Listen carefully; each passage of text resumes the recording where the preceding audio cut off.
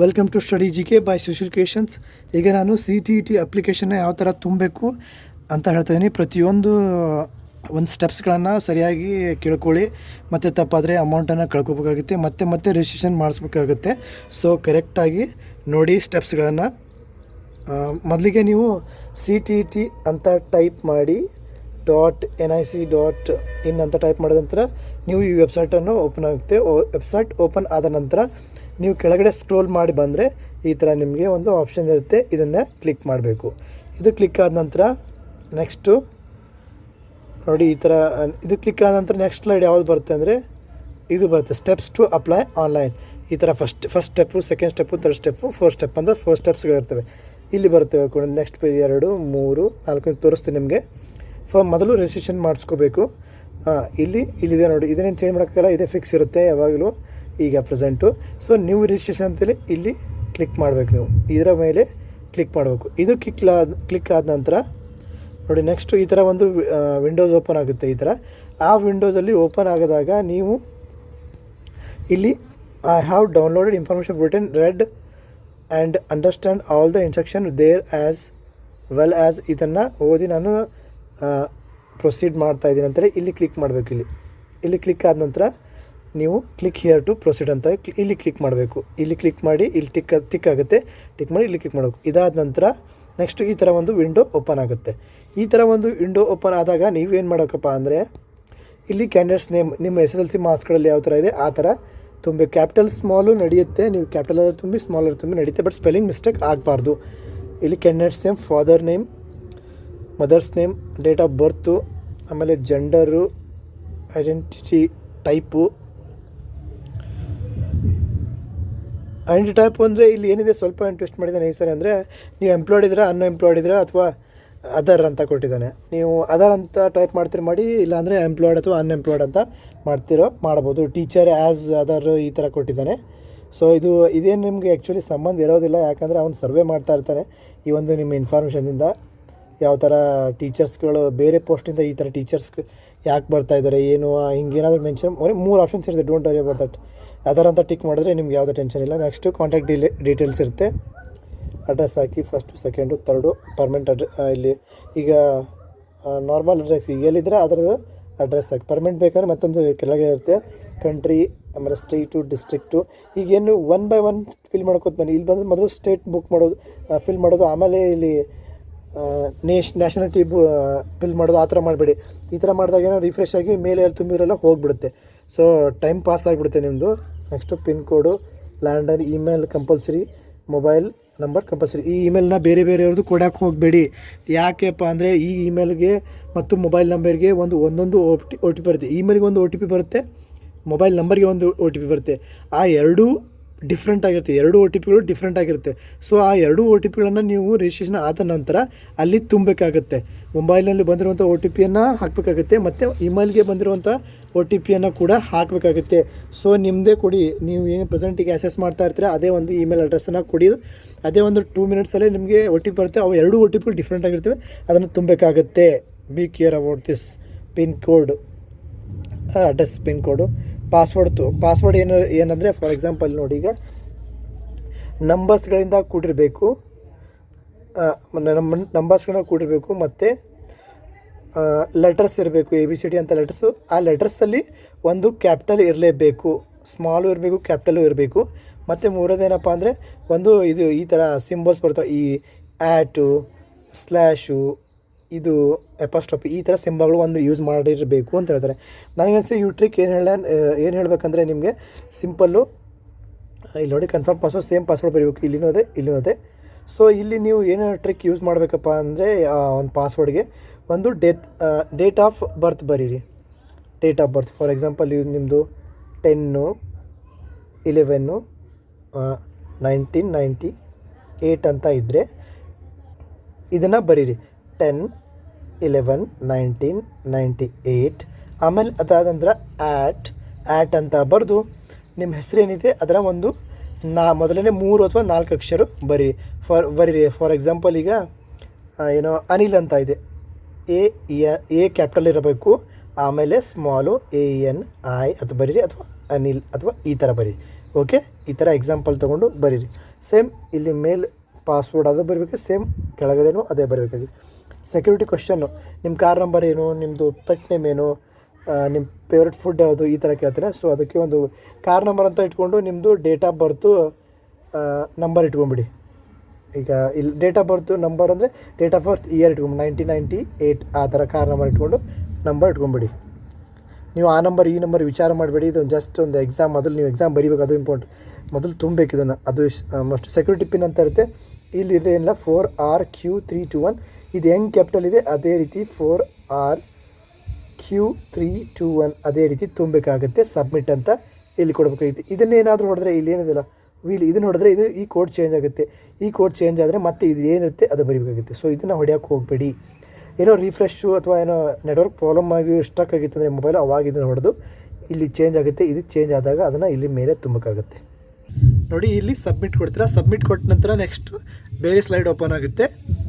ಬೇರೆ ಸ್ಲೈಡಲ್ಲಿ ಏನಿರುತ್ತೆ ನೋಡಿ, ಬೇರೆ ಸ್ಲೈಡಲ್ಲಿ ಇಲ್ಲಿ ನೋಡಿ, ಮೊದಲಿಗೆ ರಿಜಿಸ್ಟ್ರೇಷನ್ ಒಂದು ಕಂಪ್ಲೀಟ್ ಆಯಿತು ಸ್ಟೆಪ್ಪು. ಎರಡನೇ ಸ್ಟೆಪ್ ರನ್ನಿಂಗ್ ಆಗ್ತಾಯಿದೆ, ಅಂದರೆ ಇಲ್ಲಿ ಏನು ಸ್ಕ್ರೀನ್ ಮೇಲಿದೆ ಇದು ರನ್ನಿಂಗ್ ಆಗ್ತಾಯಿದೆ ಅಂತ ಅರ್ಥ. ಇನ್ನು ಅಪ್ಲಿಕೇಶನ್ ಐ ಡಿ ಇಲ್ಲಿ ಬರುತ್ತೆ ನೋಡಿ, ಅಪ್ಲಿಕೇಶನ್ ಐ ಡಿ ನಿಮ್ಮದು ಇಲ್ಲಿ ಬರುತ್ತೆ. ಓಕೆ, ಇದನ್ನು ಬರೆದಿಟ್ಕೊಳ್ಳಿ ಅಪ್ಲಿಕೇಶನ್ ಐ ಡಿ. ಇದೇನು ಸಬ್ಮಿಟ್ ಮಾಡ್ತಿರಲ್ಲ ನೀವು, ಇಲ್ಲಿ ಮೇಲೆ ಸಬ್ಮಿಟ್ ಆದ ತಕ್ಷಣ ನಿಮಗೆ ಇದು ಬರುತ್ತೆ, ಏನು what you say that password ಮತ್ತು ಇದು ಬರುತ್ತೆ, 2 ಪಾಸ್ವರ್ಡ್ ಬರುತ್ತೆ. ಏನು, ಒಂದು ಇಮೇಲ್ ಪಾಸ್ವರ್ಡು, ಒಂದು OTP ಅದರದ್ದು ಅಂತಂದರೆ ಈ ಮೊಬೈಲ್ದು ಬರುತ್ತೆ. ಸೊ ಎರಡೂ ಅದನ್ನು ತುಂಬಿದ ನಂತರ ಈ ಥರ ನಿಮಗೆ ಒಂದು ವೆಬ್ಸೈಟ್ ಇದು ಸ್ಕ್ರೀನು ಓಪನ್ ಆಗುತ್ತೆ. ಆ ಸ್ಕ್ರೀನಲ್ಲಿ ಅದೇ ರೀತಿ ನೀವು ಅಪ್ಲಿಕೇಶನನ್ನು ನಂಬರ ಬರೆದಿಟ್ಕೋಬೇಕು. ಓಕೆ, ತೋರಿಸುತ್ತೆ ಅದು ಸಬ್ಮಿಟ್ ಕೊಟ್ಟ ನಂತರ. ಇಲ್ಲಿ ನೋಡಿ ಕಂಪ್ಯೂಟರ್, ಇದು ಈಗ ಅಪ್ಲಿಕೇಶನ್ ಫಾರ್ಮ್ ರನ್ನಿಂಗಲ್ಲಿದೆ. ಅಪ್ಲಿಕೇಶನ್ ನಂಬರ್ ನಮ್ಮದು ಇಲ್ಲಿದೆ. ಕಂಪ್ಲೀಟ್ ಅಪ್ಲಿಕೇಶನ್ ನಂಬರ್ ಅಂತ ಅಪ್ಲಿಕೇಶನ್ ಫಾರ್ಮ್ ಅಂತ ಇದ್ರ ಮೇಲೆ ಕ್ಲಿಕ್ ಮಾಡಬೇಕು. ಇದು ಕ್ಲಿಕ್ ಆದ ನಂತರ, ಸೊ ಇದು ಕ್ಲಿಕ್ ಆದ ನಂತರ ನಿಮ್ಮ ಮುಂದೆ ಇಷ್ಟು ಒಂದು ದೊಡ್ಡ ವಿಂಡೋ ಓಪನ್ ಆಗುತ್ತೆ. ಇಲ್ಲೇನಿರುತ್ತೆ ನೋಡಿ, ಇಲ್ಲಿ ರಿಜಿಸ್ಟ್ರೇಷನ್ ಆಲ್ರೆಡಿ ಆಗಿದೆ. ಈಗ ಪ್ರೆಸೆಂಟ್ ಇದು ಈ ಅಪ್ಲಿಕೇಶನ್ ಫಾರ್ಮ್ ಈಗೇನಿದೆ. ಸೊ ಕ್ಯಾಂಡಿಡೇಟ್ಸ್ ನೇಮ್ ಆಲ್ರೆಡಿ ಇರುತ್ತೆ. ನೀವು ಫಸ್ಟ್ ಸ್ಟೆಪ್ಪಲ್ಲಿ ಅಂದರೆ ರಿಜಿಸ್ಟ್ರೇಷನಲ್ಲಿ ತುಂಬಿರ್ತಿರಲ್ಲ. ಸೊ ಆಲ್ರೆಡಿ ಇಲ್ಲಿವರೆಗೂ ನಿಮ್ಮದು ಮದರ್ಸ್ ನೇಮ್ವರೆಗೂ ಫಿಲ್ ಆಗಿರುತ್ತೆ. ಓಕೆ, ಇದು ನೋಡಿ ನ್ಯಾಷನಾಲಿಟಿ ಇಲ್ಲಿ ತುಂಬಬೇಕು. ನೆಕ್ಸ್ಟು ಕ್ಯಾಟಗರಿ ಏನು OBC, ಆಮೇಲೆ GMU ಏನಿರುತ್ತೆ ಅದು ತುಂಬಬೇಕು. ಆಮೇಲೆ ಡಿಸೆಬಿಲಿಟಿ ಏನಾದರೂ ಇದೆಯಾ, ಫಿಸಿಕಲಿ ಚಾಲೆಂಜ್ ಇದೆಯಾ ಅದು ತುಂಬಬೇಕು. ಲ್ಯಾಂಗ್ವೇಜ್ ಒಂದು ಕನ್ನಡ ತುಂಬ್ತೀರಿ ಕನ್ನಡ ತುಂಬಿ, ಅಥವಾ ಇಂಗ್ಲೀಷ್ ತುಂಬ್ತೀರಿ ಇಂಗ್ಲೀಷ್, ಹಿಂದಿ ಅಥವಾ ನಿಮ್ದು ಯಾವುದು ಈಸಿ ಆಗುತ್ತೆ ಅದು. ಸೆಕೆಂಡ್ ಲ್ಯಾಂಗ್ವೇಜ್ ನೀವು ಇಲ್ಲಿ ಏನು ಮೇಲೆ ತುಂಬ್ಕೊಂಡಿರ್ತೀರ ಅದನ್ನು ಬಿಟ್ಟು ಬೇರೆ ಲ್ಯಾಂಗ್ವೇಜನ್ನು ತುಂಬಬೇಕು. ನೆಕ್ಸ್ಟ್ ಎಂಪ್ಲಾಯ್ಮೆಂಟ್ ಸ್ಟೇಟಸ್ ಅಂತ ಇಲ್ಲಿದೆ ನೋಡಿ. ಸಾರಿ, ಆಗಲೇ ಅಲ್ಲಿ ಹೇಳಿದೆ ನಾನು, ಆ್ಯಕ್ಚುಲಿ ಇಲ್ಲಿದೆ ಅದು ಟೀಚರ್, ಅದರಂತ ತುಂಬಿಡಿ. ಇಲ್ಲಿ ಸೊ 3 ಆಪ್ಷನ್ಸ್ ಇರ್ತವೆ, ಅದರಂತ ತುಂಬ ಟೆನ್ಷನ್ ತೊಗೊಳ್ಕೊಬಿಡಿ. ಅಪ್ಲೈಯಿಂಗ್ ಫಾರ್ ಫಸ್ಟ್ ಪೇಪರ್ ಅಥವಾ ಸೆಕೆಂಡ್ ಪೇಪರ ಅಂತ ಇರುತ್ತೆ, ಅದನ್ನು ನೀವು ಇಲ್ಲಿ ಮೆನ್ಷನ್ ಮಾಡಬೇಕಾಗುತ್ತೆ. ಸೊ ನೆಕ್ಸ್ಟ್ ಏನಿದೆ ಕ್ವಾಲಿಫೈಯಿಂಗ್ ಎಕ್ಸಾಮ್. ಇಲ್ಲಿ 2 ಆಪ್ಷನ್ಸ್ ಬರುತ್ತೆ, ಒಂದು ಇಲ್ಲೊಂದು 2 ಆಪ್ಷನ್ಸ್ ಬರುತ್ತೆ. ನೀವು ಈಗ ಏನು ಅಪ್ಲೈಯಿಂಗ್ ಫಾರ್ ಫಸ್ಟ್ ಪೇಪರ್ ತುಂಬಿದ್ರೆ ಇಲ್ಲಿ PUC ಮೇಲಾ ಅಂತ ಕೇಳುತ್ತೆ. ಇಲ್ಲ ಅಂದರೆ ನೀವು ಡಿಗ್ರಿ ಮೇಲೆ ಸೆಕೆಂಡ್ ಪೇಪರ್ ಅಪ್ಲೈ ಆಯ್ತಾರೆ ಡಿಗ್ರಿ ಅಂತ ಇಲ್ಲಿ ಕ್ಲಿಕ್ ಮಾಡಬೇಕಾಗುತ್ತೆ. ನೆಕ್ಸ್ಟ್ ಅದಾದ ನಂತರ ಕ್ವಶನ್ ಪೇಪರ್ ಮೀಡಿಯಮ್ ಹಿಂದಿ ಅಥವಾ ಇಂಗ್ಲೀಷಲ್ಲಿ ಇರುತ್ತೆ. ನಿಮಗೆ ಯಾವ್ದು ಬೇಕೋ ಅದನ್ನು ತುಂಬಬೇಕು. ಇಲ್ಲಿ 2 ಲ್ಯಾಂಗ್ವೇಜ್, ಕನ್ನಡ ಮೀಡಿಯಮ್ ಇರಲ್ಲ, ಹಿಂದಿ ಮತ್ತು ಇಂಗ್ಲೀಷ್ ಮಾತ್ರ. ನೆಕ್ಸ್ಟ್ ನೋಡಿ first choice of exam centre. Already exam centre ಬಗ್ಗೆ ಒಂದು ವಿಡಿಯೋ ಮಾಡಿದ್ದೀನಿ ನೋಡಿ. ನೀವೇನಿಲ್ಲ ಎಕ್ಸಾಮ್ ಸೆಂಟರ್ ಇಲ್ಲಿ ಕ್ಲಿಕ್ ಮಾಡಿದ್ರೆ ನಿಮ್ಮ ಕರ್ನಾಟಕ ಬೇಕಂದರೆ ಕರ್ನಾಟಕ ಅಂತ ಇಲ್ಲಿ ಕ್ಲಿಕ್ ಮಾಡಿಬಿಟ್ಟು ಇಲ್ಲಿ ನಿಮ್ಮ ನಿಯರೆಸ್ಟು ಡಿಸ್ಟಿಕ್ ತೊಗೋಬೇಕು. ಅದಾದ ನಂತರ ಸೆಕೆಂಡು ಕರ್ನಾಟಕ ಮತ್ತು ಟೈಪು.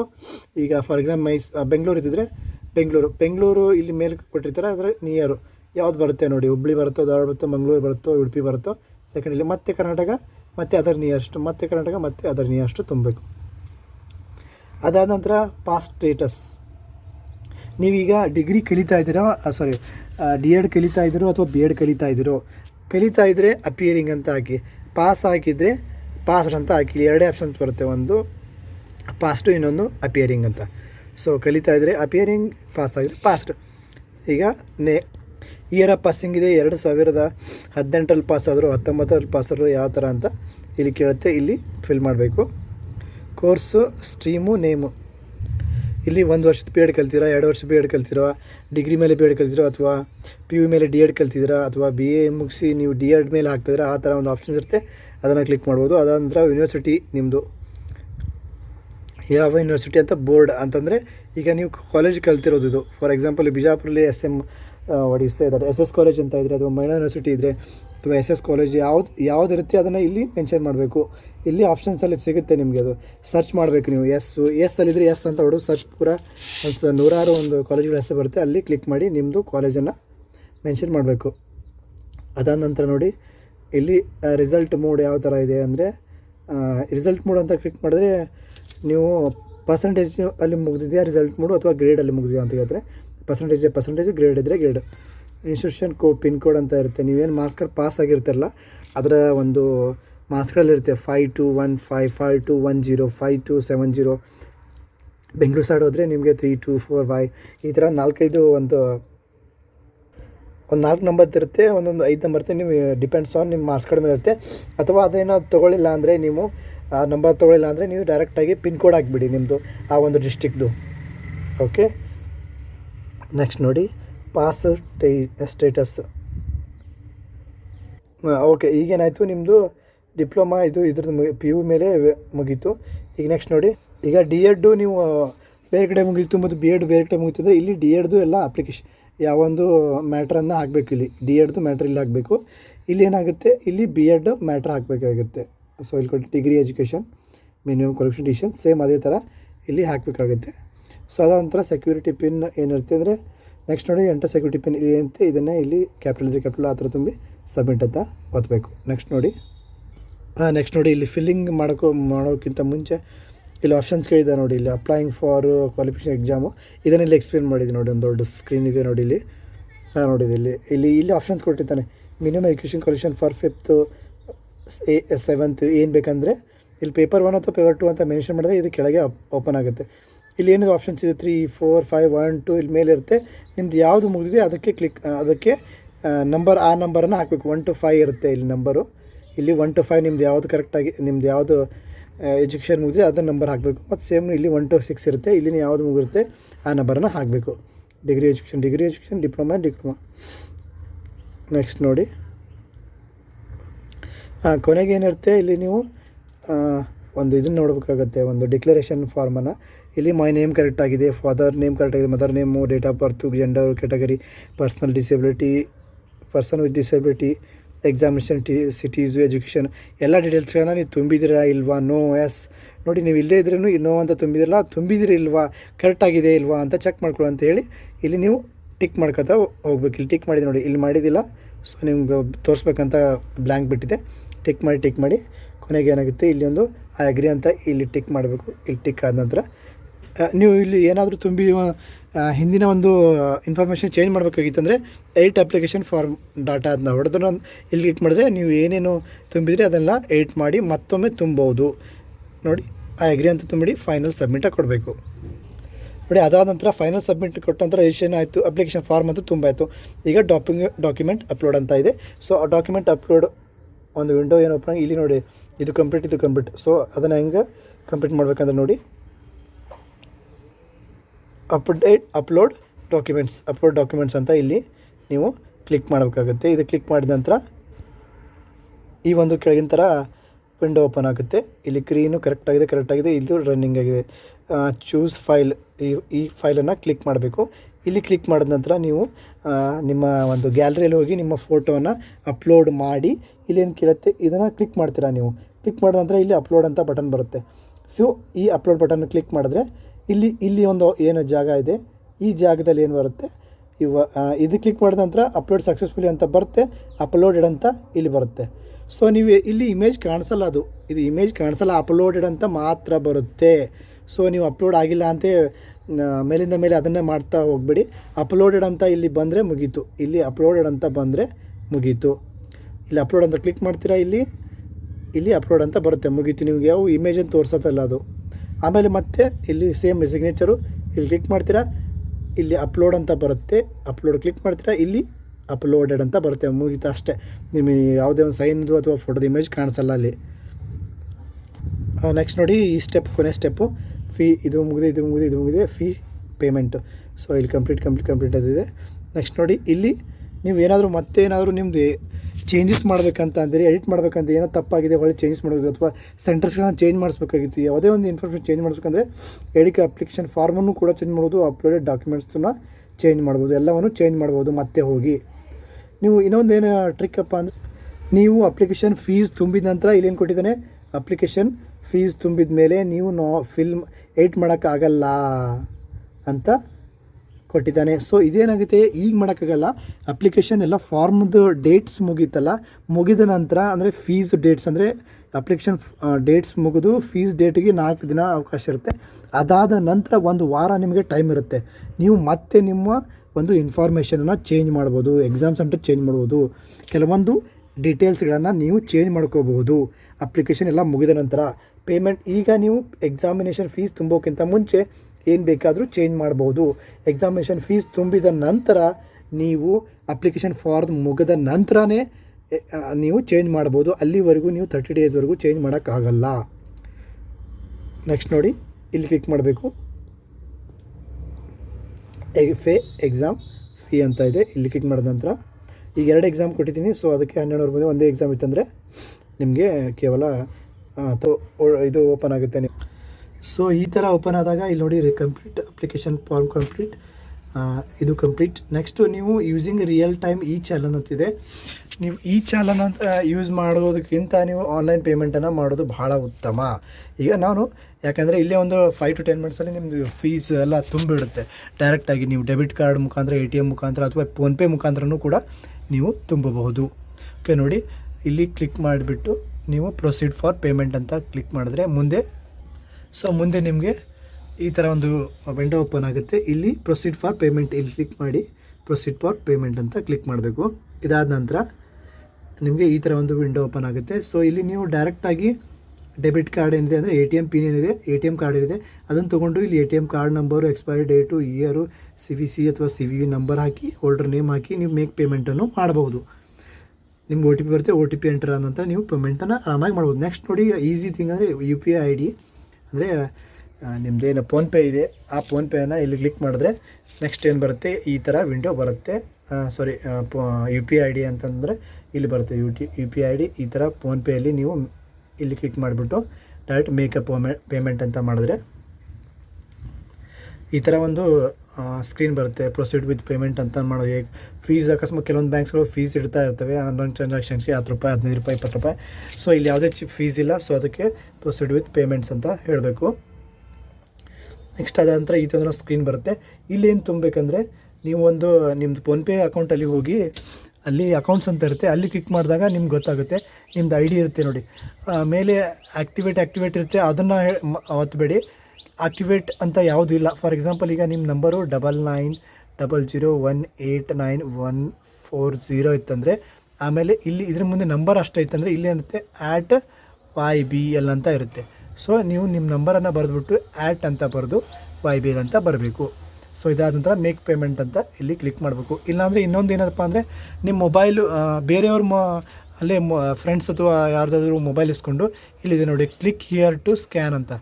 ಈ ಕ್ಲಿಕ್ ಹಿಯರ್ ಟು ಸ್ಕ್ಯಾನ್ ಇಲ್ಲಿ ಕ್ಲಿಕ್ ಮಾಡಿಬಿಟ್ಟು ನೀವು ಓಪನ್ ಆಗುತ್ತೆ. ಇದು ಸ್ಕ್ಯಾನು ದೊಡ್ಡದಾಗುತ್ತೆ, ಸ್ವಲ್ಪ ಕ್ಲಿಯರಾಗಿ ಕಾಣುತ್ತೆ. ಅದನ್ನು ಸ್ಕ್ಯಾನ್ ಮಾಡಿ ಡೈರೆಕ್ಟಾಗಿ ಪೇಮೆಂಟ್ ಮಾಡಿ ನೀವು ಅಪ್ಲಿಕೇಶನ್ ಫಾರ್ಮಲ್ಲಿ ತುಂಬೋದು.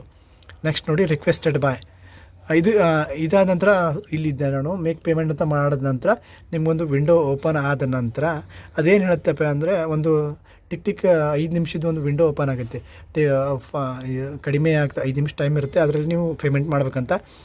ನೀವು ಅವಾಗ ಏನು ಮಾಡಬೇಕು, ಆ ಟೈಮಲ್ಲಿ ನೀವು ಇದಕ್ಕೆ ಹೋಗಬೇಕಾಗುತ್ತೆ. ನಿಮ್ಮ ಫೋನ್ಪೇ ಅಕೌಂಟಿಗೆ ಹೋದ ನಂತರ ಅಲ್ಲಿ ಓಪನ್ ಮಾಡಿದ ನಂತರ ನಿಮಗೆ ಡೈರೆಕ್ಟಾಗಿ ಸ್ಕ್ರೀನ್ ಮೇಲೆ ಇದೇ ಕಾಣುತ್ತೆ, ಡೈರೆಕ್ಟಾಗಿ ಫೋನ್ಪೇಯಲ್ಲಿ. ಇದನ್ನು ನೀವು ಪೇ ಅಂತ ಕ್ಲಿಕ್ ಮಾಡಿಬಿಟ್ಟು ಪಾಸ್ವರ್ಡ್ ಹಾಕಿ ಪೇ ಮಾಡಿದ್ರೆ ಮುಗೀತು ನಿಮ್ಮದು ಪೇಮೆಂಟು. ಅಪ್ಲಿಕೇಶನ್ ಫಾರ್ಮ್ ಫುಲ್ ಆದಂಗೆ ಪೇಮೆಂಟು ರೊಕ್ಕ ತುಂಬಿದಂಗೆ. ಸೊ ಇದೇ ಪ್ರೊಸೀಜರು. ಹೆಚ್ಚಿನ ಮಾಹಿತಿಗಾಗಿ ಏನಾದರೂ ಇದ್ದರೆ ಕಮೆಂಟ್ ಬಾಕ್ಸಲ್ಲಿ ಕಮೆಂಟ್ ಮಾಡಿ. ಅದೇ ರೀತಿ ಮತ್ತೇನಾದರೂ ವಿಷಯ ಇದ್ದರೆ ಕಮೆಂಟ್ ಮಾಡಿ ಹೇಳ್ತಾ, ಸ್ಟಡಿ GK ಚಾನಲ್ನ ಲೈಕ್ ಮಾಡಿ, ಶೇರ್ ಮಾಡಿ, ಸಬ್ಸ್ಕ್ರೈಬ್ ಮಾಡಿ. God bless you. All the best.